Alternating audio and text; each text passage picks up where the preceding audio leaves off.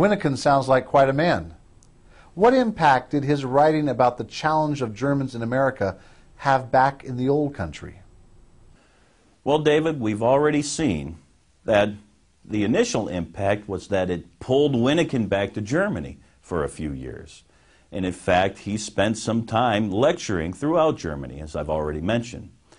But in addition to that, what his writing did was to raise the awareness of Germans generally to the plight of German Lutheran immigrants in America, German immigrants generally speaking, and to motivate them to support this mission, not just in terms of their financial support, as I've already said, but also in the terms of giving their lives to the activity. And in this respect, we see some extremely fundamental examples of how people are willing to give themselves to the work of the Lord. Wynecken's message reached some remarkable individuals in Germany and motivated them to come to the United States to serve these scattered German immigrants and to help bring to them the word of the Lord so that they might be spiritually fed. Two cases in point I think are especially important here. One is a man by the name of Wilhelm Seeler. Seeler was quite a guy. As a matter of fact, he had an incredible career. Brilliant man. He's Prussian. He started out his work in life as a member of the Prussian military, served in Latvia. He was exposed to the theology of Schleiermacher in the 1820s, ultimately studied, wrote a significant volume, and was awarded a PhD by the University of Vienna. Brilliant man who had many opportunities at his disposal, yet he chose to give up those opportunities in order to come to the United States to serve the German Lutherans in distress. He first came to Ohio, and while in Ohio, made a name for himself not only as a clear preacher, but also as an incisive thinker. When Wynecken left Fort Wayne in 1845 and took a call to Baltimore, Seeler was called to be his successor at St. Paul Congregation. And under Seeler's leadership, with Wynecken's help, and with Wilhelm Lea's sponsorship back in Germany, these men together formed Concordia Theological Seminary, today's Missouri Synod Seminary in Fort Wayne. This seminary began operations in 1846 with the specific intent of training pastors well, but quickly, so that they would be prepared to preach the gospel on this emerging mission field with all alacrity. The success of the seminary was quick, and Seeler's clear vision and vigorous activity was a tremendous blessing to the Lutheran Church generally speaking, but more specifically, David, to the Lutheran Church Missouri Synod when it was formed little more than a year later in April 1847. So, what do we find?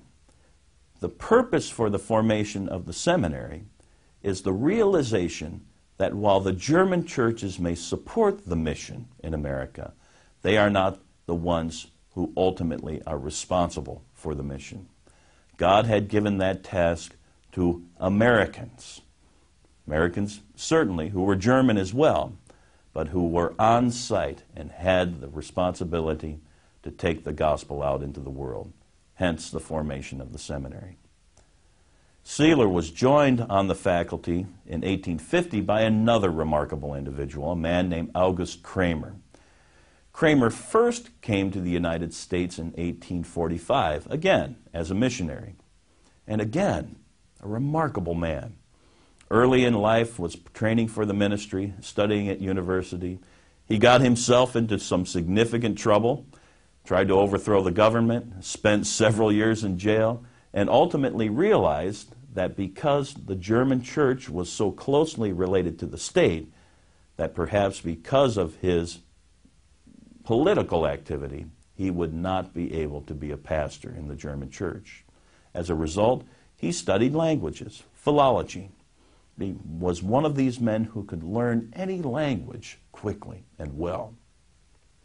To make a long story short, in Kramer's terms, he ended up teaching at Oxford University in England.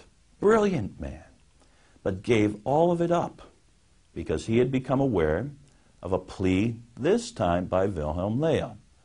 Leah was looking for a man who could do two things. In leading a mission, he needed a pastor who could not only organize the scattered Germans into congregations, but who was also willing to do mission work among the Native Americans of Michigan. Kramer was just the man, and in 1845, he and a group of settlers left Germany, came to the American scene, and established a colony in the Thumb area of Michigan called Frankenmuth, or Courage of the Franconians. The purpose, again, to organize the scattered German Lutherans into congregations, as well as to do mission work among the Indians. Kramer was joined by missionary Bayerlein. The two of them worked on translating Luther's Small Catechism into the Chippewa language. And although the mission was ultimately not a success, that was not due to the lack of effort of Kramer and Bayerlein. They did have converts. They were successful in proclaiming the gospel. However, as time went by and as more Americans pushed into Michigan, the Native Americans, the Chippewa tribe, were forced to the west and north outside of the scope of Kramer's activity. So, by the mid-1840s, we see a very distinct response on the part of Lutheran pastors, Lutheran lay people in Germany to the missionary need in America. That includes specific individuals coming to this country to work within the context of this great missionary opportunity. However, the question will be there for them. What will their relationship be to the Lutherans who are already in America? In this respect, they find themselves hard-pressed. One of the instructions that Wilhelm Leah gave to those who came to America was this: affiliate yourself with an Orthodox Lutheran synod. Well, when these men first arrived in America, they sought out the geographical synods of the areas in which they worked and inquired of them, are you Orthodox? Are you confessional? The answer they received was, of course, yes. It took some time for these men to realize, however, that the confessional stance of many of these synods was in fact not a strong and solid one. To go back to our Latin terminology we used earlier, many of these synods adopted the Augsburg Confession quatenus, that is, insofar as it agreed with the Scriptures.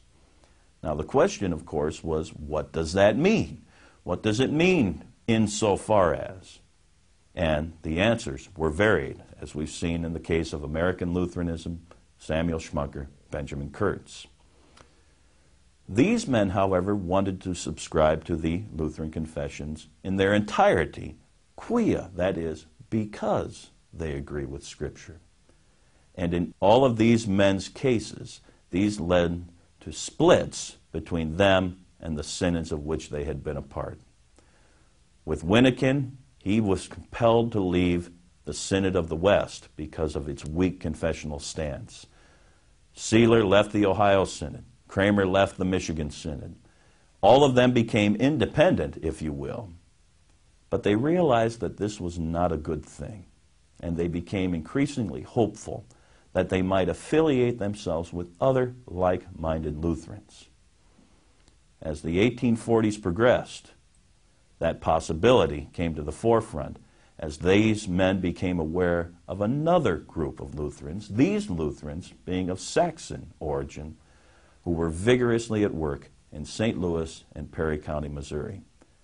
And the work that this group would do, combined with the efforts of the other Germans in Indiana, Ohio, and Michigan, and ultimately Illinois and beyond, would lead to the formation of the Lutheran Church Missouri Synod. But before that happens, we need to get the Saxon immigrants into Missouri.